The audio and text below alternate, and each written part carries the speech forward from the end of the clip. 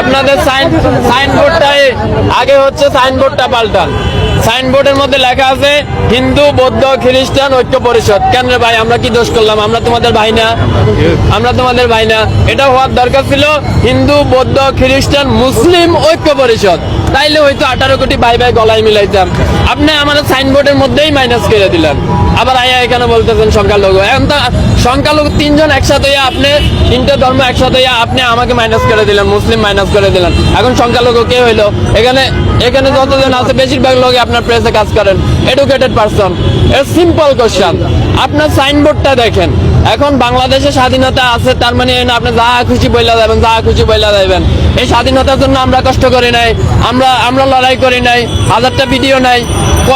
কয়জন সংখ্যালঘুর উপরে নির্যাতন হয়েছে দেখান তো? 100 জন, 1000 জন মুসলিমেরা বাইর করে দেওয়া হয়েছে, সবগুলো আওয়ামী লীগের এমপি মন্ত্রী। আমি নাম ধরে বলতে পারবো, ঠিক আছে? আমি যাইয়া 5 তারিখের পরে যাইয়া দুর্নীতি দমন কমিশনের চেয়ারম্যানের নামে মামলা করে দিলাম। ওই শালা আমার কুমিল্লা ছিল, আমার বাড়ি কুমিল্লা, ওর বাড়ি কুমিল্লা। আমি যাইয়া ওর বিরুদ্ধে মামলা করে দিয়েছি। কেন মামলা করছি? আমি কি দেখছি ও কি হিন্দু না মুসলিম? ওটা তো দেখি নাই। দেখছি সে অন্যায় করছে, 11,000 লাখ কোটি টাকা আমার দেশ থেকে পাচার হয়েছে, এর জন্য সে দায়। ব্যাস, তার নামে মামলা করে দিচ্ছি। গতকালকে তারা দুদক কমিশন পদত্যাগ করছে, আপনারা জানেন। ব্যাস, খালাস। এখানে সংখ্যালঘু কি হলো? মানে মুখ দিয়েছে তো আল্লাহ, যা খুশি তা বললেই যাবেন, যা খুশি তা বললেই যাবেন। এতদিন তো বলতে পারেন নাই। ওই যে বিশ্বজিৎ, আচ্ছা ওই যে বিশ্বজিৎ তো সংখ্যালঘু ছিল।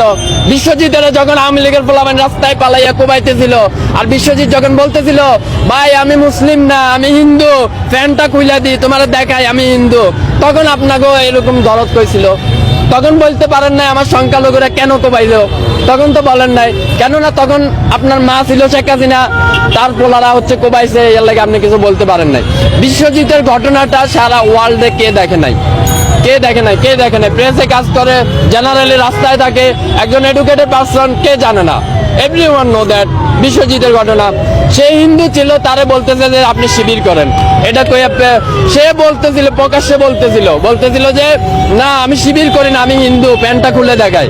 এইরকম অবস্থায় হতো আওয়ামী লীগের লোকেরা পালাইয়া কোবাইছে না? তখন আপনাদের সনাতনী চেতনা কইছিল ভাই? এখন কেন চেতনা আইছে? আমি তো মনে করি প্রতিজন বাংলাদেশির এই যে ওনাদের যে সাইনবোর্ডটা আছে, এটা নিয়ে হাইকোর্টে রিট করা উচিত। কেন রিট করা উচিত? এই হাইকোর্টে এই সাইনবোর্ডটার মধ্যে লেখা আছে হিন্দু বৌদ্ধ খ্রিস্টান ঐক্য পরিষদ। আরে ভাই, 18 কোটি দেশের মধ্যে আমরাও তো মুসলিম, আমরাও তো তোমার ভাই, তুমি আমারে মাইনাস করে দিলা। এটা কোন ধরনের আবেগ হইলো? কোন ধরনের ভালোবাসা হইলো? এইভাবে করে তুমি ঐক্য করতে পারবা? আচ্ছা, ঐক্য মানে কি? What is the meaning of the ঐক্য? ঐক্য মানে কি? Unity, right? তো ইউনিটি, আপনি 3টা ধর্মের রিলিজিয়ন একসাথে নিয়ে আসলেন, আরেকটারে মাইনাস করলেন। What is that kind of unity? এটা কেমন ইউনিটি হইলো ভাই? আপনি যেটা মেজর পাচ্ছেন ওইটাই মাইনাস করে দিচ্ছেন আর বলতেছেন ইউনিটি। এই যে লোকগুলো আইসে না, এটা ভাইরাল হওয়ার জন্য আইসে, আর কোনো নাথিং এলস দেয়ার, আর কোনো কিছুই না। কিন্তু আমরা এইসব বালসাল বলি না। কেন বলি না?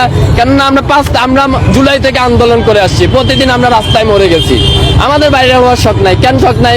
কারণ আমরা মনে করি শালা 5 তারিখে তো মরে গেছি, আর বাল ভাইরাল হমো। ব্যাস, খালাস। এ আইসে 2টা কথা কইয়া হ্যান ত্যান এই সেই। যদি আমি ডাকসু তো কাজ করি, ডাকসুর সাথে কাজ করি, এই মহিলা যদি মহিলা না হইয়া যদি ছেলে হইতো, মেজাজ তো রক্তে উঠে যাইতেছিল, মন চাইতেছে দইটা একটা আশা মারি। তারপরও কন্ট্রোল করলাম, কিছু কইলাম না। ওই মহিলারা জিজ্ঞেস করেন বলে ভাই কি সমস্যা।